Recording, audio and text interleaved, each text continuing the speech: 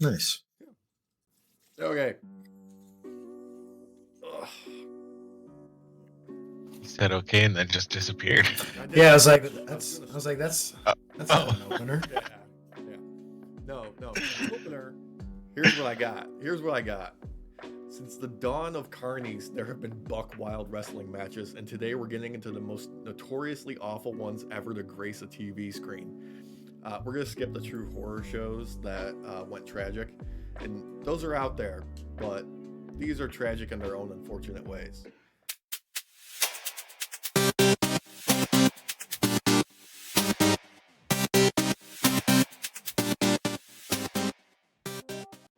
But before we get into that, Walsh is the only one who watched Elimination Chamber in Perth, Australia, and I wanted to get his impressions and his review. All right. So I was only somewhat paying attention. I wasn't watching it live. Tim turned it on in the afternoon while we were playing games. So, attention split anyway. There was... So the first match wasn't actually the first match, apparently. It was in the pre-show, so apparently that doesn't even count, so we'll just move right past that. Then, I don't remember what happened next, but there was the men's elimination chamber. Logan Paul somehow had more crotch brass knuckles down his pants. Like, that can't be comfortable, and I don't even want those anywhere near other people. That can't be sanitary. Nope. But Nope. so he Like was Carlito's apple. Yeah. he was gonna cheat, and then he got knocked out by Randy Orton, and it was Okay. just Orton and the Scottish guy. Ooh, okay, so he actually knows the guy. He technically knows the guy. I was Hang wondering on. if he knew his name. Oh, give me a second. It's not coming at the moment. I want to say Sheamus, and I know it's wrong. No. No, he's Irish. Yeah, it's Don't let them. And a Muppet. I'm just going with Duncan MacLeod. So the Highlander. From Clan MacLeod. I appreciate that. Yeah. Okay. I think he would too. I think Drew would too. Yeah, Drew McIntyre. Drew McIntyre, you son of a bitch. But to be fair, I think you putting him in Clan MacLeod, I think that would be an honor to him. Oh yeah. So, I mean, who good doesn't call. want to be a Highlander? How was the match though itself? From what you saw. From what I saw, it was pretty good. There was some fun stuff that happened. Towards the end, you could tell they're getting a little sloppy because they're getting tired, but it's understandable. For someone comes in every 5 minutes and it's random, but it's not random. But random. Random. So one of those two won, and I got a 50-50 shot. So I think Duncan MacLeod won. Yes, the MacLeod family did win. Yeah, from what I read, yes, Drew McIntyre won the men's, Becky won the women's, Rhea retained her championship, and I think Judgment Day held on to their tag team titles. Yeah. Question.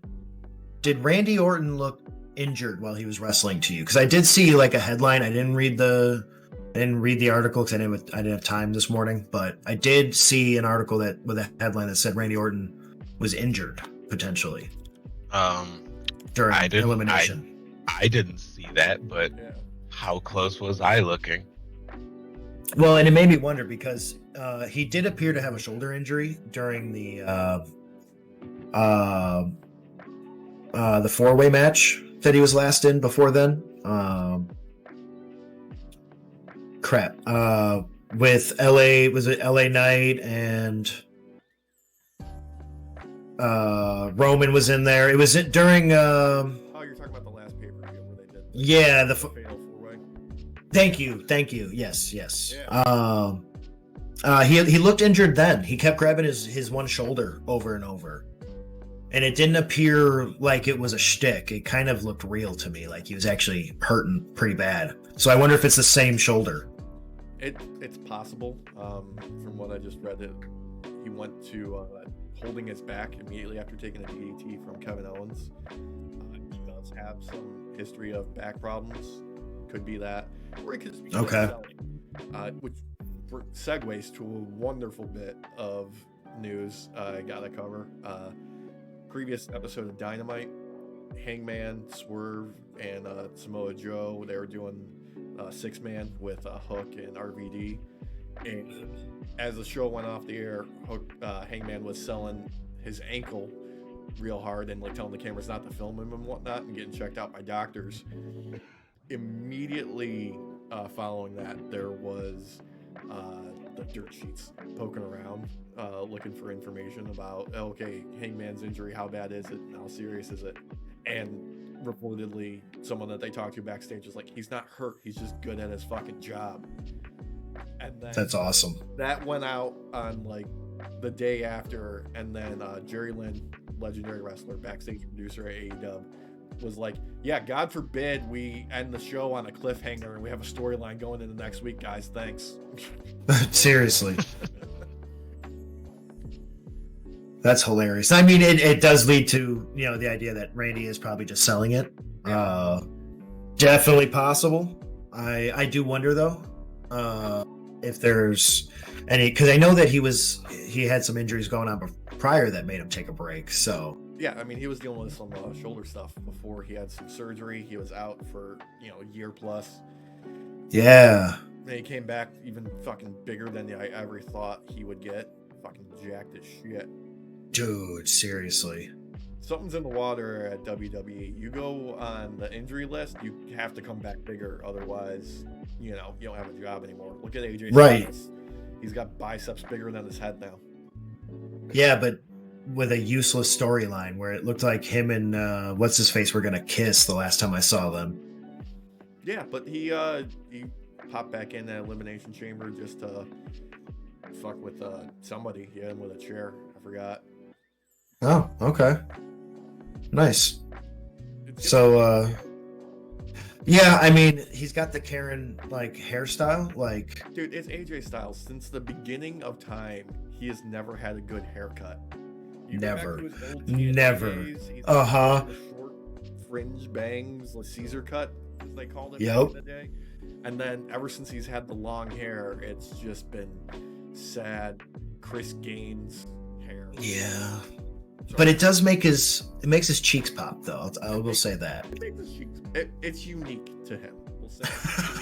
He's a special little boy, and he is a special boy.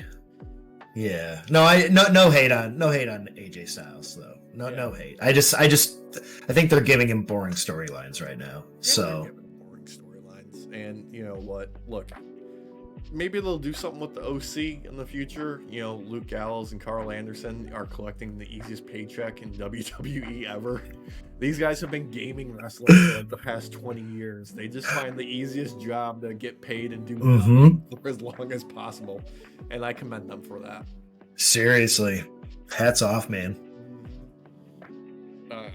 But yeah, I want to get into today's actual real topic for the time being.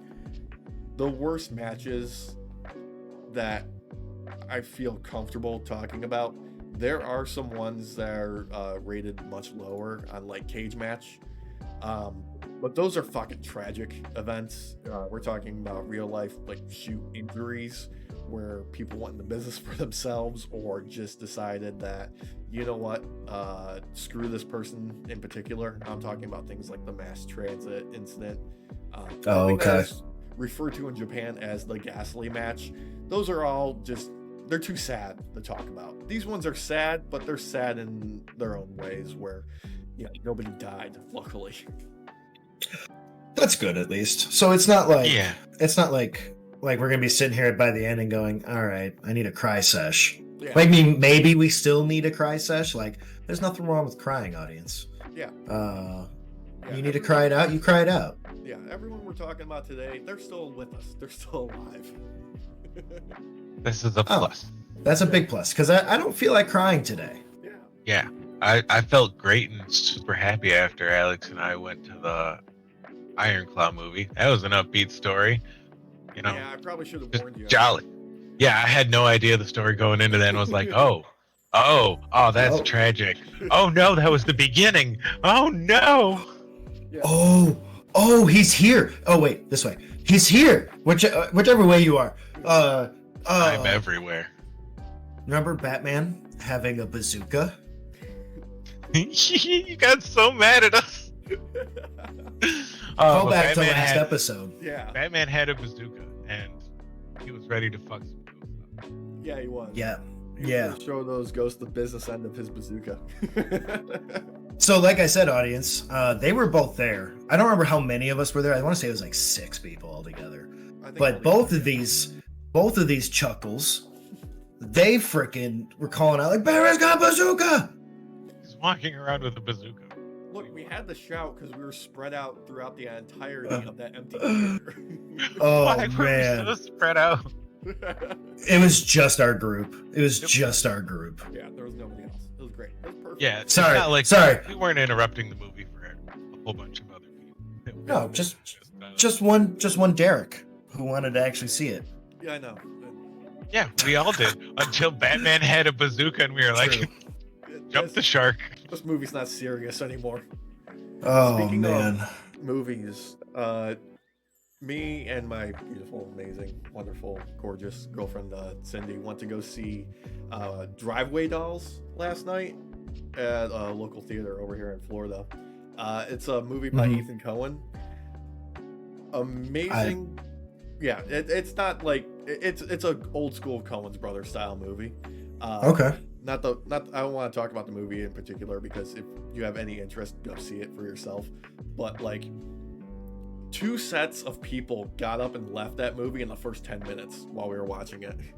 What? Yeah, just because it's a story about lesbians. So they couldn't Oh get yeah, back. and yeah, and you're in Florida where I live like in fascism Florida. is like huge. Yes. So yeah. Homophobics are strong out here. Did those 2 ladies just hold hands? I do not approve. Oh no, it opens with some Back to the swamp. full-on cunnilingus. Not graphic, but explicit. Hey, you know what? I'd have been just as upset with them holding hands. I was gonna say, it to them it could be like their pinkies touching. It could be full on cunnilingus. I mean, it could be eating booty like groceries. Yeah. They're gonna be mad. I They're think gonna it's be just mad. The fact that they're talking about being lesbians got to them. I wonder. Did the cunnilingus part not actually let them in on the idea? Like, is this like a Moms for Liberty thing where like, oh, we're having a threesome. I'm not actually bi or whatever. Like, yeah. Sorry. If you needed to hear the word lesbian before you got mad, then you're kind of That an was it idiot. for the second couple that left. The first couple, like first sign of titties, they were out. Just the first sign of titties? Yeah, they were like. I mean, there's titties in everything. Yeah. The second couple, I think we're trying to do a freebie double feature because they were actually in the seats that we got. Nice. Yeah. Nice. Yeah. That's fun. Sorry for that little Well- aside, but just a highlight of life down here in the South. Yeah. Getting offended at just lesbians existing. Yeah, it's a weird time to be alive, man. We made all this big stretch, and then all of a sudden these freaking hateful people twisting their religions and shit to fucking just hate on people for existing. It's wild. And do you all remember the day when yeah, there were racists, there were prejudiced people always, but like they seemed to be less outward about their shit. And like nowadays they're just fucking everywhere all the time. Even up here. Yeah, I mean, Blues Brothers said it best. I hate Illinois Nazis. Yeah, dude. There's a lot of them. God. I hate Nazis. They're the worst. Critical thinking should be one of the classes you have to take every year in grade school, junior high. So you learn critical thinking at a young age and understand that, you know what, people are different. It's okay. You don't get to fuck with other people. It's true. Yep. Yeah, it's wild that empathy seems to be something that in civics as well are 2 things they don't really want to teach children anymore. No, why would they? And well, I guess cursive too, but fuck cursive, whatever. Yeah, who gives a shit about I can't remember how to make a cursive capital Q. It's not in my it's brain like a anymore. 2. Yeah, it's like a 2. Yeah. Then what? 2? Is that also a 2? There's not a cursive 2. There's no cursive 2. You don't have You say that. cursive. I can make cursive. Yeah, okay, no, I bet there are people who make cursive 2s, but like, why? Because they want to be different. No, not a Y, a 2. Oh, good point. Yeah, I'm sorry. I'm mixing up my numbers and my letters again. That happens pretty often. Darn math. Yeah, it'll get you. Arithmetic. It's the bitch of us all. For real. Yeah. Speaking of numbers, Actually, I'm just gonna hold that. 1 minute and 28 seconds for a main event that still went too long. Yeah, the first match that we're talking about. Yeah, TNA Victory Road 2011. This is the main event between Sting and Jeff Hardy. Sting is champ going up against Jeff. Mm-hmm. Things are noticeably awry right from the get-go because Jeff makes his entrance noticeably about 45 seconds late, and he comes out, and you know how, like, you know, Jeff Hardy does his entrance, he's a little bit, you know, he does his dance, and he, you know, does the thing with his eyes are closed and he goes down the ramp and stuff. He doesn't even do that. Yeah, he's not even on the same planet as the rest of us. He doesn't even know who Jeff Hardy is. The man is fear and loathing in real life at this moment in time. He is on who knows what illicit substances and what kind of drink amount he had before this starts. Sting makes his entrance and is, you know, still full on pro Sting. You know, you can't bust the icon. He's unshakable at this point in his career. Professional. Before the match starts, Bischoff makes a beeline to the ring. He cuts a promo, making it no disqualification. He has a quick word in private with Sting and Jeff. And then he books it backstage again. Bell rings. Sting gets Jeff in the corner, throws a couple of punches. Scorpion death drop. 1, 2, 3. It's over. Jeff is visibly confused as Sting makes his way back up the ramp. You can hear the crowd chanting bullshit. Sting responds with, I agree. Yep. Yeah. Jeff Hardy would describe this as his rock bottom. According to Bruce Pritchard, who was a producer at TNA at the time, they were unable to find Jeff when the match was supposed to start. They were running around backstage looking, you know, disheveled. 2 guys were dragging him actually backstage because he was unresponsive. They were splashing water on his face, trying to get him to kind of you know, make sure he wasn't like passed out or blacked out, but he was just really fucked up. He was slurring his words. They were kind of scrambling backstage. Bischoff and Pritchard were backstage. I think Russo and Dixie Carter, who was the owner of TNA at the time, were in the production truck.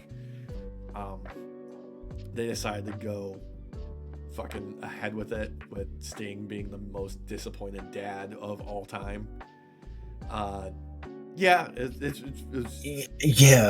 it's really one of the most obvious this shouldn't have happened moments in wrestling of all time. Because usually when things are like, oh no, it went bad, it's like mid-match where like, okay, somebody backstage or, you know, the ref should have called a stoppage because somebody got, you know, legit injured. No, like everybody kind of knew that, oh no, things have gone wrong before they've even started. I'm gonna give a shout out to Bischoff for at least attempting to try and find a way to salvage this and, you know, like not make it look like the biggest clusterfuck of all time, but it's pretty bad. Yeah, I mean, I watched this after, because you brought this up, I want to say like 3 or 4 episodes ago now by this point originally, and I ended up watching the clip of this. I didn't know about the backstage stuff. That's all new to me, but I watched the in-ring part, and yeah, I mean, from the audience perspective, it's understandable that they're crying bullshit. Yep. Completely understandable. Because at the time, it's like, what is happening? Yeah. The craziest thing for me was seeing how disappointed Sting was in Jeff, and Jeff not being able to realize it. Yeah. Like, there's no way you could watch that and not see that he was on something. It's pretty rough. It's bad. It's real bad. And I feel really bad for the guy. Because, like, he's doing a lot better now, obviously. Yeah. But these are demons that are hard to shake. Addiction is a bitch. Yeah, like nobody knew that he had like relapsed at that point. And I think I want to say like 6 months later is when Jeff comes back. He goes into rehab immediately after that. Basically. And he's been in it. He's had some other problems since then, getting sober at that point in time. The addiction demon has got Jeff Hardy pretty hard, and he relapses quite a few times after this still, unfortunately. But that's the name of the game though, man. Addiction is a daily battle. It's a fight that you don't always win. No hate on Jeff for that, man, because that's just getting in the ring is a hard fight, but fighting addictions, in my opinion, probably harder. It's especially addictions that he has. And this isn't exactly during like TNA's high point either. People in attendance was like 1,100 people that were there for the show. But they were the diehards, you know, at that point in time. Yeah. This was at the Impact Zone in Orlando, Florida, where they were there every week. But Jesus, it's a rough one. Yeah, but we've seen the upward slope since then. Yeah. He's made big strides over the last like year and a half, and I mean we're seeing it in his wrestling now. So yeah, they're doing a weird stuff with his character or what they're doing now. I think they're gonna turn the Hardy Boys heel, but they're slow playing it, I guess. I was gonna say it feels like a slow burn. Yeah, I don't know. Maybe there'll be something of it. Hopefully we don't get like another broken Matt Hardy situation, because he's kind of played that to death. A little bit. As much as I love that part, it's been overdone. Yeah. I'm willing to take like just weird Matt Hardy again, but like a different kind of weird, like maybe like circus weird. Let's leave Big Money Matt back in the past too. That one too. V1 Matt Hardy, where he had like the little like Matt facts whenever he made an entrance. I enjoyed that. Oh, I forgot about that. Yes. Like the little like Matt Hardy enjoys hard-boiled eggs or something like that. It was one of them I remember. They were all completely random. Oh God, I love it. So good. It's the little things like that, man. It's the little things. It is the little things. Somebody who knows nothing about the little things when it comes to working in the ring is Michael Cole, and this second match is the biggest WrestleMania ever, WrestleMania 27. This is just absolute ass. This is so much ass. At WrestleMania, this amount of ass is obscene. Background on this piece of disaster. Michael Cole, the play-by-play commentator for WWE, has turned heel for the first season of NXT, which at the time, this is the first season, so it's kind of like reality TV / game show more than it is the developmental like wrestling brand. Like it's not like the third arm of WWE at this point. It's still kind of like its own thing. Anyway, Cole is being a dick to Bryan Danielson, who's a rookie on NXT, and he is paired with his pro, The Miz. I know, imagine that. Cole is cheerleading Miz during this era, and this kicks off a feud with Lawler, the King, because Jerry Lawler had a match with Miz at like TLC or something like that, and Cole interferes on the Miz's behalf. So this starts a feud that goes on way too fucking long, and eventually it escalates to a match at WrestleMania between the two. For some reason, Stone Cold is made the special referee for this match. It's like even his impossible, limitless crowd control charisma can't save this skid mark of a match. Um, here's the highlights. Oh boy, that was such a... Dude, it starts off with Cole hiding in the coal mine, which is his isolated little announcer booth that he had erected for television to protect him from the crowd and Lawler, who he was feuding with at ringside. Oh my god. He's eventually dragged out of it by Lawler. I think he like grabs him by like the arm or something like that and pulls him up against the plexiglass walls till eventually he gets him out into the ring. As far as like actual wrestling is concerned, this match has like none. There's some ankle locks, a lot of like punches. Lawler drops a fist drop. Cole stands on Lawler's ankle for like 2 minutes in this match. The whole thing in the end gets overturned by the anonymous GM of WWE at this point, who communicates through a laptop. So Cole ends up winning by it getting overturned. So like the whole thing's fucking pointless. It's the drizzling shits, as they say. Unfortunately, even on top of this, the feud doesn't end there, and Cole is continued to be an unbearable heel on TV for weeks. It only gets dropped because legitimately Lawler has a heart attack on Raw during a live television show, and Cole has to like, okay, actually I have to like be a professional and like inform people of what's going on and like do my job at the same time. It's literally like one of the worst, worst feuds in the history of wrestling. Nobody wanted this, and it went on for almost an entire year, I think. Question. Yeah. Question. Right. Did you say drizzle shits? Yeah, it's the drizzling shits.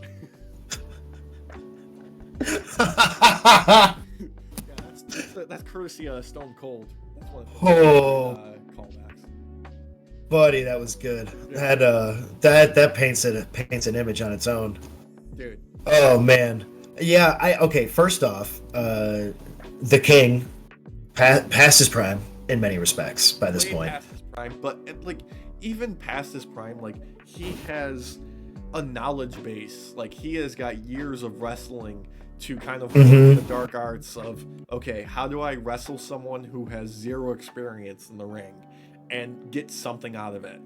He's got Stone Cold there who, you know, he can get the crowd to do whatever the hell he wants. That's Stone Cold to a T. But even he, like these two forces combined, these two legends, unfortunately, cannot make anything work out of this. Well, that's what's crazy to me is like you've got two professionals there that are used to calling audibles. Yeah. Like used to it. And yet they couldn't make anything out of this. Like nothing. Don't get me wrong. I don't expect Cole to come out there and put on like a big show or nothing. No. But I expect Stone Cold and I expect Lawler to be able to prop him up and make him look better than he actually is, like wrestlers are supposed to do. I think they did. Still that bad. I don't know, man. I think this was like all around bad. Yeah, you can bring a negative number to 0 and it's still higher. I mean, that's fair. That's fair. But I would have expected it to go into at least like a 1 or a 2. Not a 0. That's how bad the negative number was you started with. Like, I wonder, like, was there any audibles that they tried to do and realized that either A, Lawler is incapable of doing some of these things anymore, or B, Cole is just like he can't listen, so they're just doing with it what they can? Because maybe he needs like John Cena levels of audibles. I mean, maybe, but like at the end of the day, like Cole is not a wrestler in any regards. No, that's true. So like I can't fault him too hard for that. I'm sure he was trying his best. You know, he's always been a dependable company man, we'll say. I guess the better way to put it is, was there no rehearsal at all for this? Like sitting down and like planning out at least the basics of the match? To like keynotes to hit, like this is nothing? 2011. This is kind of like the dark ages of WWE, like creative at this point, you know? No, this is when everything's Just on John fucking swing Cena's it. shoulders. Yeah. Okay, this is the boring age. Yeah, this is the boring age. I think this is called the reality era, which is just the worst name for an era. But Well, I mean, it's when The Miz was kind of hot, and The Miz came out of reality TV, so it makes sense. yeah, the math does add up. It does, unfortunately. Unfortunately, it does. Like, I mean, I don't want to blame anybody other than everyone involved in this. Mm-hmm. Like this is just something that should have never gotten like the green light. Yeah. Luckily, nobody got hurt. You know, that's kind of the upside of this one. And this didn't settle the beef, right? The WrestleMania show did not. It kept going. See, that's where it should have been settled. No, unfortunately, Lawler's heart attack is what settled the feud and Cole's heel run. Which, Well, you know, look, you can have a heel commentator. It's hard for it to be the play-by-play guy, which is what Michael Cole is. yes. You know, Yes. like, it doesn't Mr. really- Dictionary. Yeah, it doesn't No, really. it's got to be the warrant- color, Yeah, color commentator, like your Yeah. Pepper Brooks. yeah, or you know, Booker T. Hmm. Back when he was black. Yeah. Yeah, dude, I would love that. And have him come in and start whooping ass and fucking commentating for himself. I would love to see that again. Yeah. That was amazing. That was so fucking good. Look, one of these days we're gonna go through like a whole like old school TNA run. I think I'm gonna pepper you guys with some highlights, because that's where, you know, Scott Steiner's infamous math promo comes from. That's where you've got like Kurt Angle's clothes being stolen while he's in Yep. the tanning bed, and he's just That's the one I was gonna say. in his Yeah. knees backstage in the little like tanning bed goggles. Like it's Oh, got God. stuff in the heydays of TNA. The stuff that I remember the most is literally the Kurt Angle stuff. Like, no joke. It's the Kurt Angle stuff. It was the funniest shit, other than Steiner, because obviously that stuff, man, that's meme worthy on its own. Obviously. Him just like feuding with Samoa Joe because he doesn't like he's fat is Steiner at peak levels there. Oh, shout out, by the way. Braun Breaker debuted on SmackDown on Friday. Yeah, he did. And I gotta say, he worked the crowd pretty damn good. I mean, he puts on good matches, you know. He, Like it's you're guaranteed to get like a bare minimum from him. It feels like. yeah, I mean, But- as young as he is in his career wise, he's got pretty much all the tools you need. And he makes simple moves look devastating, which is a His- yeah. Like stuff like that. I really feel like when you make the simple things look evil and just mean and horrible, those are the type of guys that tend to go up. Like the type of wrestlers. I shouldn't say guys, but wrestlers. Because, dude, that spear is just devastating. Yeah. Another But I one wanna- like but- that, Tony Storm Go ahead. attack in the corner. Yeah, good call up. Like she makes that look as brutal as possible, and I never see anybody make that move look even remotely dangerous. Well, and it makes me wonder now.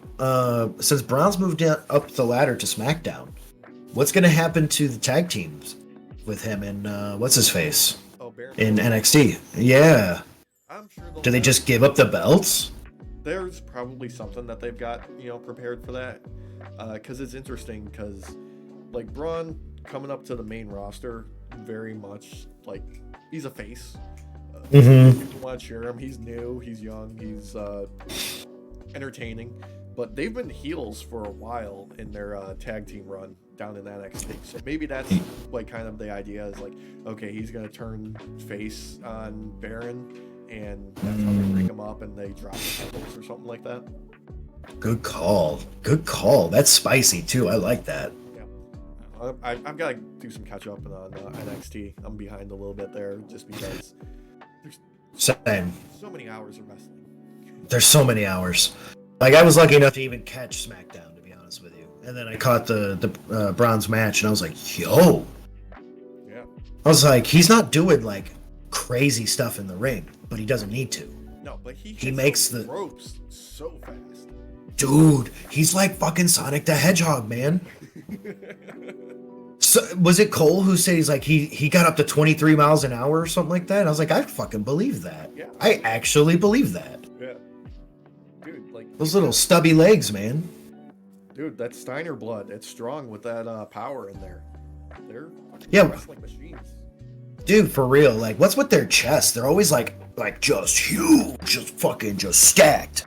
Stacked. Steroids, probably. Oh, is that? Yeah, okay. Yeah, good call. Good call. That'll happen. But yeah, shout out to Braun though, real quick. Again, like, dude, you had a great match. Anyone who didn't see it, I highly recommend watching this past week's SmackDown. That was like the highlight for me was that match. Even though it's pre-recorded, great show. Oh yeah, well, it had to be because of Perth. Yeah. Because like, how the hell else are they going to get half these people down there in time? Yeah, that's a long fucking flight. I have to assume that was shot because they didn't. I don't even think they said the town or whatever they were in. So I have to assume that was shot the day after Raw. I think it was like even a week ago, like prior. That's fine too, because like it makes sense. You need to give them time to rest up after that long ass flight. Yeah, dude, and you gotta give Kevin Owens time to find a koala to walk in with. Yeah. Yeah, that was adorable. That koala was just happy to be there because he knew he was going to get some eucalyptus leaves to make his brain smoother. Like you can make Probably already had some. Yeah, like you can make their brains any smoother. Come on. I don't know, man. I sometimes feel like there are some people that walk around and koalas look at them and weep in jealousy. Dude, I tell you what. Speaking of smooth brains, let's talk Undertaker versus Goldberg. Man, he is taking all these things I say and turning them right into segues, brother. Dude, brother. It's a talent. Seriously. I gotta run with it. I love it. Where else but Saudi Arabia, baby? 2019 Super Showdown. The dream match that was booked by Freddy Krueger. Mm-hmm. Dude, it's Taker's and Goldberg's first single match against each other. Talk about a main event. Oh wait, this is 2019. Oh shit, yeah, these guys have got some years on them now. Yep. Legit, Goldberg hadn't wrestled in 2 years before this point. Okay? Taker's last You can match see it. was a year previous at the last Saudi show with it was Kane and Taker versus DX. Like what can go wrong? Yeah. The answer is fucking everything. Everything can go wrong. I'm kidding, but 21,000 people were in attendance to watch Goldberg concuss himself in the first few minutes of this match. Yeah. If I remember correctly, both of them actually end up concussed by this. Both of them receive a little CTE, a little pimento loaf to the brain. Yeah. Goldberg's the first though, because Taker dodges the third spear in this match, and he just hits the turnbuckle head on, gets a massive concussion. It's botched city after this point. Oh man. Legitimately so much immediately after this. The whole thing is like 9.5 minutes. But oh goddamn, this is the fucking main event of this goddamn Saudi pay-per-view. So it's happening regardless. Yeah. And it was 9.5 minutes. I wonder if it was supposed to be longer originally. I don't know. It's Goldberg. He's not exactly known for long matches, and Taker's fucking up there in years. So who the fuck knows? That's a good point. Yeah, Billiam's not known for anything more than a minute. He's not, dude. Look, the Saudi shows were pretty unpopular to begin with because it's Saudi Arabia and their government can go pound sands, and the royal family is royally fucked. Yep. Careful though. Careful. We do not want to get sawn to pieces. Oh, dude. Allegedly. Which is why many wrestlers chose to not go and do the Saudi shows to begin with, which is why, like, Daniel Bryan isn't there. Bryan Danielson, as his real name is known. Mm-hmm. Audience, if you don't know, this was during the time when the Khashoggi incident happened. Yeah, this is real close to that. Real close. Yeah. And if you don't know who Khashoggi is or was, he was a reporter, and he was one of those people that was constantly being on top of the Saudi government. The Crown Prince didn't like it, and the Crown Prince had him made to pieces. Allegedly. I don't know how to. Allegedly. Wow. Allegedly. Allegedly. And then, you know, there's other wrestlers that just straight up weren't allowed there because, like, Sami Zayn, he's of Syrian descent. Yep. Kevin Owens staying, you know, by his side out of respect for his friend who's like, no, fuck that. And then, you know, there's, like, the ladies that weren't even flat out allowed to wrestle. So they didn't go. Yep. Yeah. Which would have been horrible if they did, because, like, with how they are over there, at least one of them would have been arrested and then freaking, like, stoned to death or something. Yeah, it'd be real fucking rough. I think altogether out of the entire roster, only like 2 female wrestlers went just in case they were able to get something, but it ended up not happening, obviously. But yeah, this show remains a goddamn travesty, and as always, Bret Hart was right. Because Goldberg fucking concusses himself so hard and continues to wrestle and drops Taker like I don't know how many times over the course of several minutes that this is dragged out. Well, everything you end up seeing after that is basically just muscle memory. Yeah. And unfortunately for William Goldberg, his muscles don't have enough memory of the training to how to do things right when he's concussed and not actually there. The power plant knew they had a star on their hand when he was in WCW, and they decided, fuck the rules, put him out there. Yep. Let him spear everybody. Jackknife powerbomb. It'll be fine. Every time. Just do it. Minute-long match, we got you. Yeah. Reportedly, after he concussed himself, the referee who was in this match, Mike Chioda, said that his train of thought was like, oh fuck, what do I do? These people are paid a lot of money to be here. I know Goldberg got like a couple mil, same thing with Undertaker. I'm making like 200 grand to be here. What do I do? Fuck. Oh. Why is nobody from the back telling me to stop this?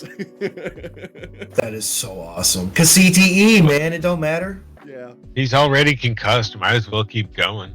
Yeah, I mean, there's nothing you're gonna do to stop him. The pimento loaf is showing from when he hit the freaking turnstile, man. It's like, we're already there. Yeah. Just let it finish.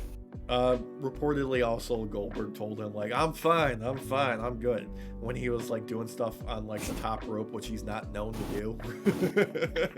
Yep. Always listen to a person who has a concussion. They know what they're talking about. Yeah. Well, it's lucky he went to the top rope though, not the most dangerous rope, because then he probably would have broken his leg too. Yeah, you gotta be careful So, with that middle rope. Yeah, you don't want to Sid Vicious yourself. Oh god. Actually, that's an excellent point, because Sid Vicious is one of the wrestlers who was reached out to be at this next event in 1999. I'm gonna the Heroes of Wrestling. So it's 1999. The city is Bay City, St. Louis, Mississippi. The venue, Casino Magic, and the event is Heroes of Wrestling. Now, Sid Vicious is one of the people who has reached out to be at this event, along with, let me get the list here. We've got Luke Williams, Butch Miller, yeah. Who else is? Okay, people are supposed to be there that decided, you know, I'm not going to sign the contract because I'm under contract with an actual promotion. Was Vader, Terry Funk, Bam Bam Bigelow, Honky Tonk Man, even Nick fucking Bockwinkel was supposed to be there. Damn. They all decided, no, I won't be here.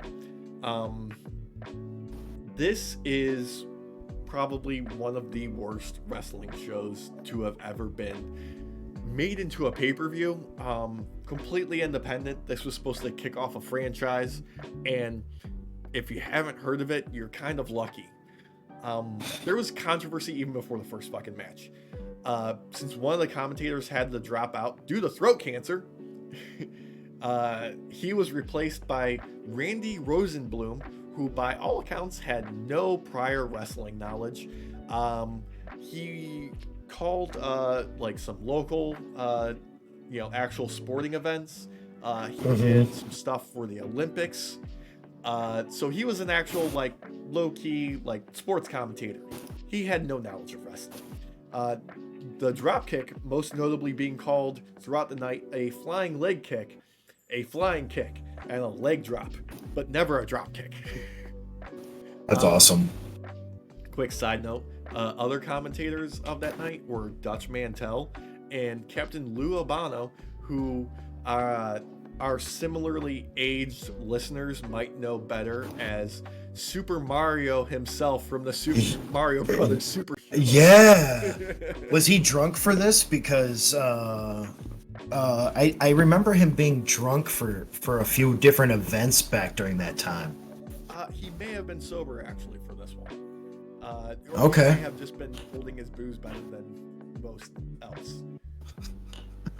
That's amazing. Mario, man. Yeah.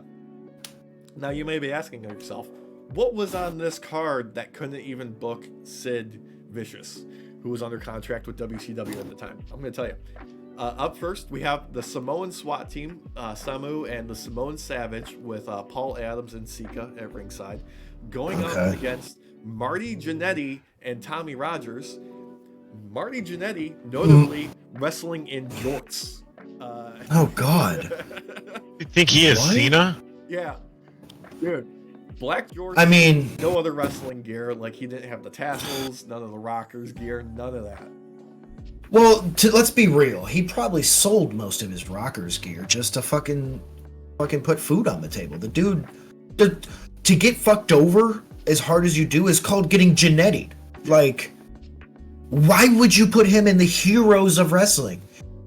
What? At this stage in his career, he was still Party Marty, and he needed booze money and pill money and other drugs. Yeah. Jeez, that's so good. That's so good. Second match on the card, Greg Valentine with the Sensational Sherry going up against George the Animal Steel, who, God, I think at this point was already an octogenarian. Yeah. What? Yeah, that match went 6.5 minutes.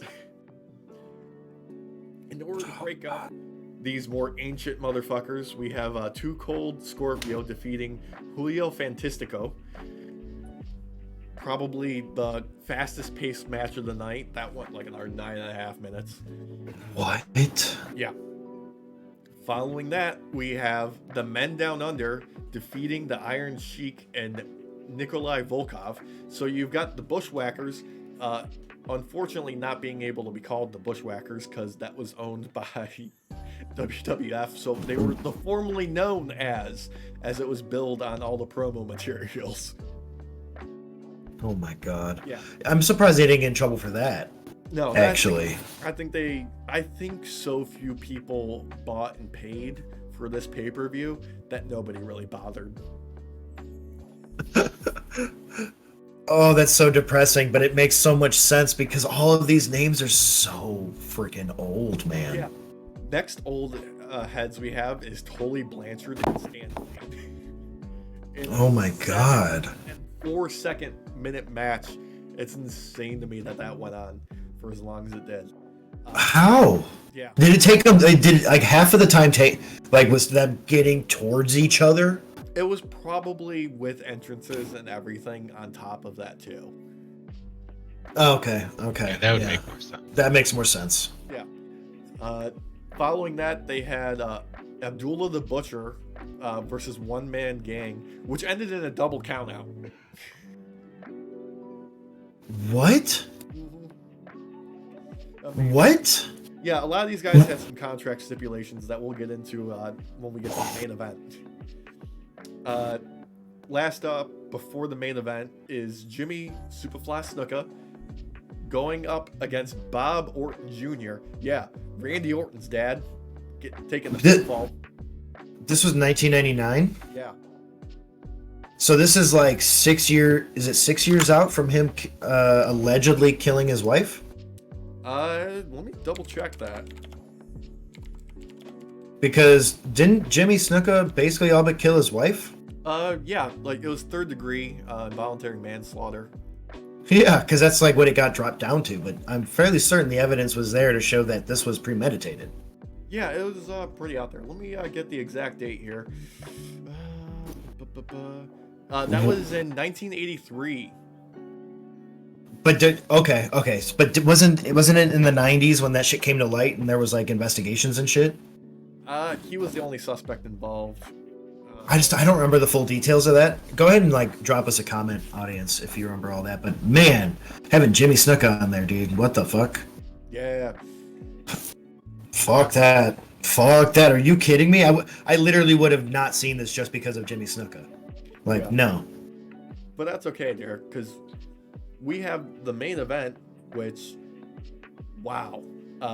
This was supposed to be a double main event for the night. It was supposed to be Jim Neidhart versus Jake Roberts, followed by King Kong Bundy versus Yokozuna. But I'm just going to get into what happened prior to this, because Jake Roberts, 99, he relapses shortly before this night. Like, I'm talking like the night before he is heavily drinking. He is heavily drinking the day of. So after 7 severely disappointing matches featuring lots of leg drops and flying leg kicks, we have Jake Roberts cutting a backstage promo, and he is just absolutely sloshed, slurring his words, apparently trying to work in some casino gambling wordplay based on the casino venue. Exact quote: "You don't want to play cards with me because I'll cheat. Okay, I cheat. You want to play 21? I got 22. You want to play blackjack? Well, I got 2 of those too. You want to play aces and eights, baby? I got too many of those too."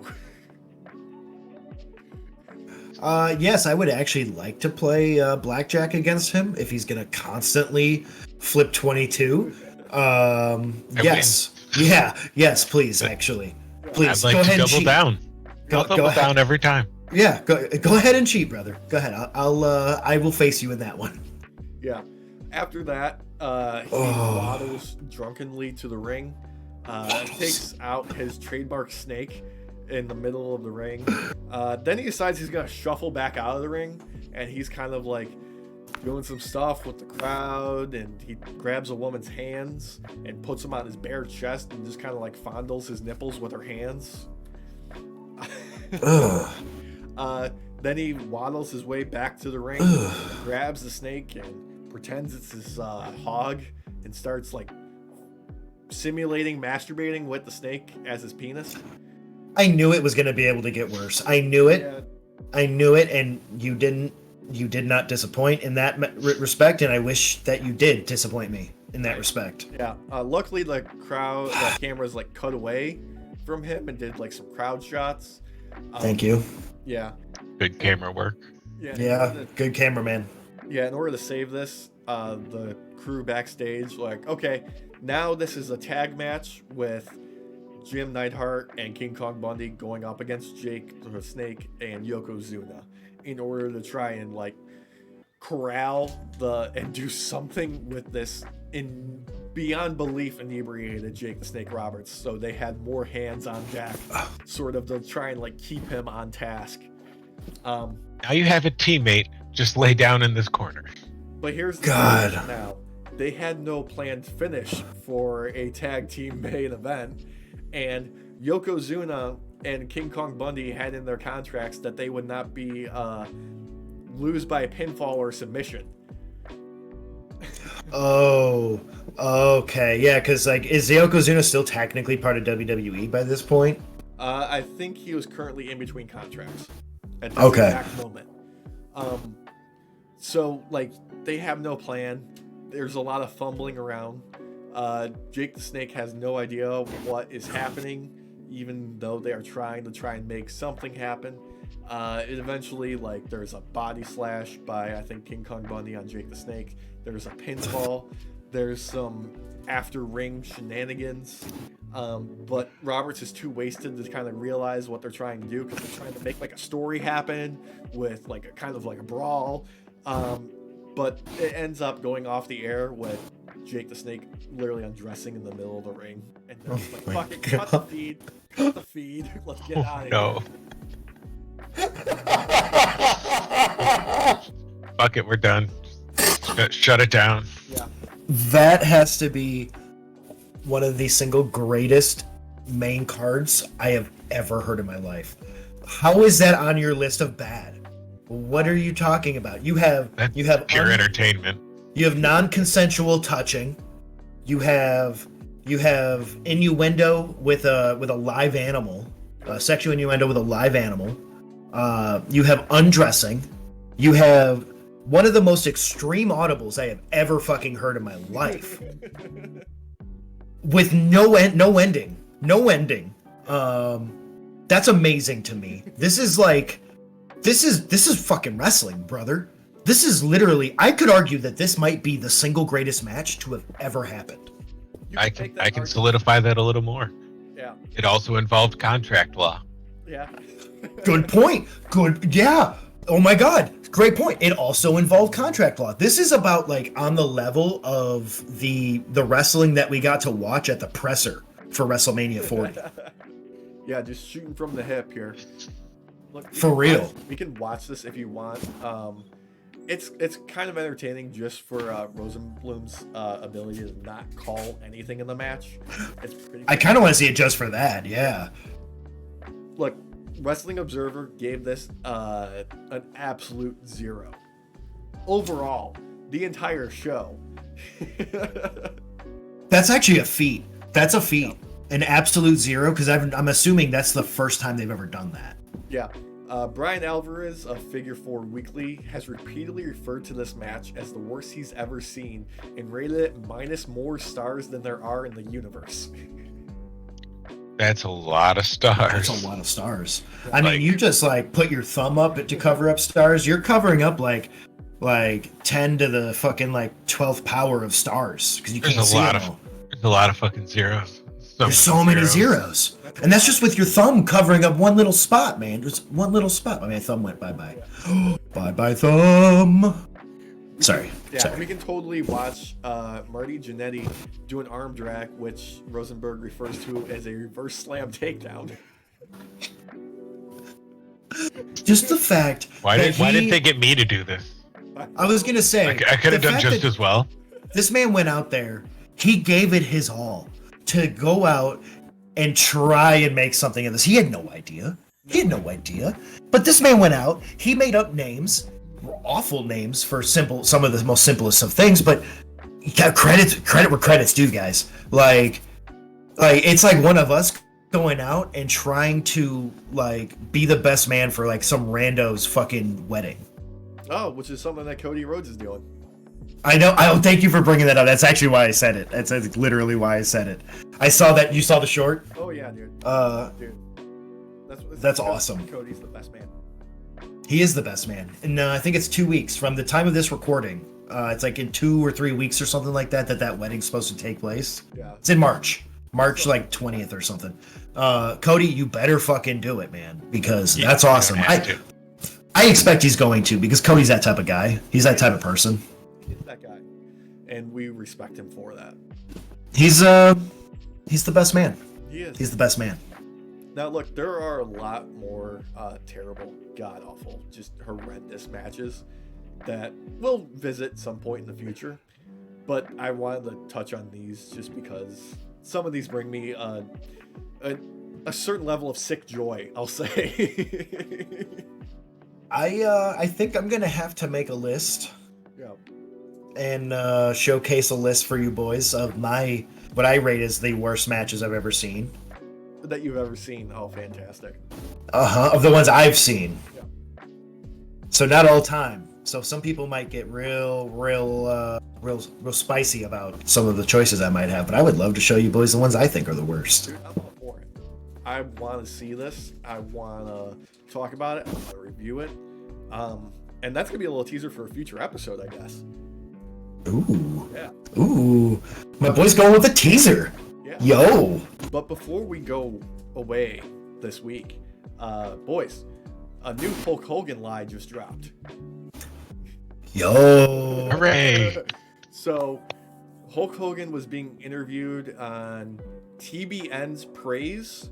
Apparently because he's a born-again Christian. He recently got baptized, so he sat down in an interview with some, born-again Christian network TV thing. Of course, as you do. You do. they were talking about his film career. So, Which one? the early days is when he is referring to. Oh, okay. So not the corn one. Not the corn one. No, not the corn one. No. Okay. Okay. I'm just gonna quote him directly. Let's see here. But I kept bouncing back and forth, making small little budget movies for kids and having fun with that, and shoot them, 25 to 10 days and running back right to wrestling business. I had the chance to become like the next John Wayne. There's this guy named Bob Evans that ran Paramount, and he took me into his office, and there was this big picture on the wall with Clint Eastwood and John Wayne and all the other big stars, Dustin Hoffman and everybody that was part of their contract players for Paramount at the time. And he said, "You're going to be my next John Wayne." And then he kind of like laid out the schedule, and I expected to be me and off camera, and I went, I'm the wrong guy for that stuff. So I decided just go back to wrestling. What? Yeah. Okay, hold on. What was there a Bob Evans in Control at the time? Because if not, he's talking about a restaurant chain. I think he was just drunk at a restaurant chain eating a bunch of breakfast food. That's what I was thinking. And some good ass coffee, because Bob Evans has some good ass coffee. Okay. So it's specifically Robert Evans is Bob Evans that he's referring to. He was in charge of let's see here. He was at Paramount. Let's see. Like 1982 to 88 probably, because like that's the time frame pretty much. I'm seeing a lot of stuff about his spouses, a lot of stuff about Oh no! Of course he wants to work with the Hulk. I remember him being like an animated character for some TV show. Yeah, that was a commercial for the Bob Evans restaurant chain of breakfast foods. Yeah. There are other breakfast food places available, potentially. And Bob Evans might serve more than breakfast. They might. Who knows? Yeah, I just liked their coffee. It was good. Let's see. He was hired as production vice president of Paramount in 1966. It doesn't. I don't have a year here. Oh, okay. So he's like Mr. House from Fallout New Vegas. He's just in perpetuity. They just use a hologram now of him. Let's see. That makes sense. Yeah, who knows? But yeah, he was. He produced and provided the voice for the main character in the 2003 animated series Kid Notorious. That's where I remember him from. What? Yeah. Wait, he was Kid Notorious? Yes. It was it was on Comedy Central, and he was playing a character as himself. A playboy Hollywood producer who finds himself mixed up in bizarre and absurd situations but never loses his cool. Huh. Yeah. Huh. So, like he was playing a kid? No, it was just him. Huh. You know what? Not every idea can be a winner. True.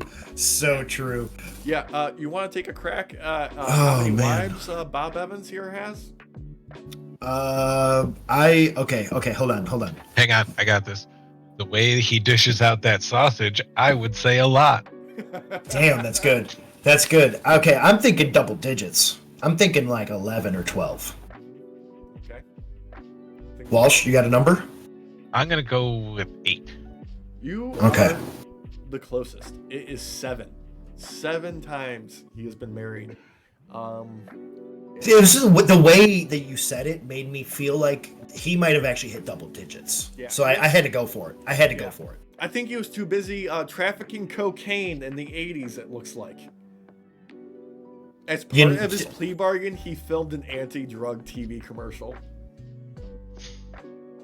I mean, it was the 80s. Cocaine was like as prevalent as water. Or no, as a lack of EPA standards. Thanks, Ronald Reagan. Yeah. God. There was a lot of cocaine. There was a lot of like cheap ass movies that were made that constantly get played on like Lifetime and Hallmark and shit nowadays. He was responsible for Rosemary's Baby, though. Oh my God. The Godfather and Chinatown. Damn, he's got some fucking hits on him, man. Yeah. What? It's the cocaine. It's the cocaine. Yeah. Dude. Booga sugar. Yep. Baby. Shout out to Bob Evans, who probably only knows Hulk Hogan through the power of cocaine. Yeah, so what part, I mean, obviously the whole thing as a whole is a lie, but are there specifics you can point out? No specifics yet, because this is a fresh, brand new lie. So we'll have to do... Hot off the press. Hot off the press. Yeah. Fresh out of the oven. Still steaming hot. Oh, God. It's, is it on the same par as, like what The Rock is only able to cook? Shit. No, The Rock is... In-N-Out burgers. Cooking fantastic. You see him on SmackDown? Yes. No. Heel Hollywood Rock, and I'm here for it. Yeah, I'm actually, like, jokes aside, because I love joking about making fun of The Rock, but all jokes aside, I actually do like heel Rock. This has been pretty nice so far. It's been pretty fucking awesome. So shout out to The Rock for that. As much as I make fun of you, because you're an easy target like me, this heel turn, just chef's kiss, brother. Chef's kiss so far. New crazy theory. Somehow it's going to come down to The Rock having to wrestle Triple H. I actually agree with that. I do think that's going to happen. I think it's going to come to a head when my theory crafting here is that The Rock is going to mess up a lot of people's stuff, and Triple H is going to be like, "Hey, motherfucker, I'm the head creative. I'm the one who calls the shots here, not you." And The Rock's going to be like, "I'm literally your fucking boss. Like, I'm literally your fucking boss. So yes, I'm going to ruin everything." And then they're going to fight. Yeah, the only thing Battle Royale holding that up is Triple H legitimately has like a defibrillator in his heart now after that issue he had like last year. Right, yeah. I don't think he could be medically cleared to wrestle. If he were to wrestle, honestly, I think it would be like one of those like pinfalls count anywhere type of deals where it would look hardcore, but it would, all reality, it would just to be moving around a bunch just to keep him safe and not actually doing real moves. Yeah, probably. I don't think they could risk him taking a bump for real. Yeah. So if he's not medically cleared, don't do it. It would be like a backstage brawl type thing where it looks dangerous, but it's like absolutely the safest thing possible for him with his heart. Oh yeah. And I'm still here for it though. I still want to see it.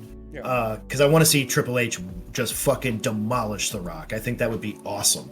You know what? Speaking of like really old men on their way out, should we talk about Revolution? Because that's coming up like week after this. Like, it's like a week away. It's about a week away. Yeah. Sting's last match. Yeah. There's been some ups and downs going on about this with some speculations and stuff. Like there might be some hurdles with this match, this final match. I mean, Are they gonna put him on like the ramp as they go down and they gotta jump? There was certain like expectations that might not be hit with this match, not due to like Sting or anything. It's just like life circumstances. So like some things I believe changed. I don't remember what, because I quick read the article. I'm not sure. I mean, we'll see. Their Sting and Darby's promo at last week's Dynamite was top tier.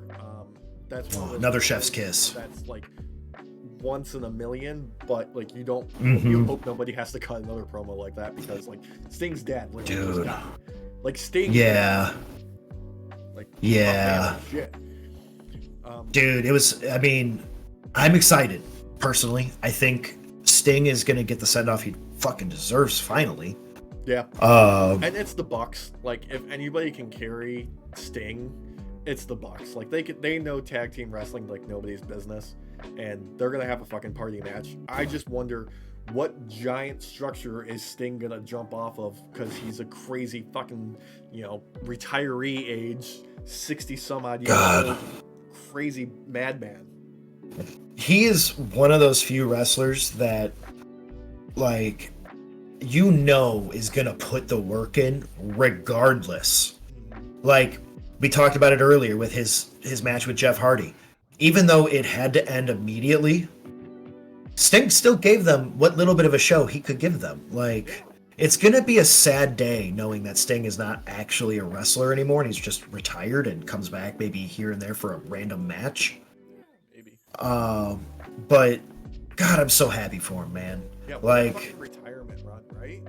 Dude, this has been such a great run. And not only that, but like this lift up that Darby's getting out of it too is so good. His promo work is out of this fucking world.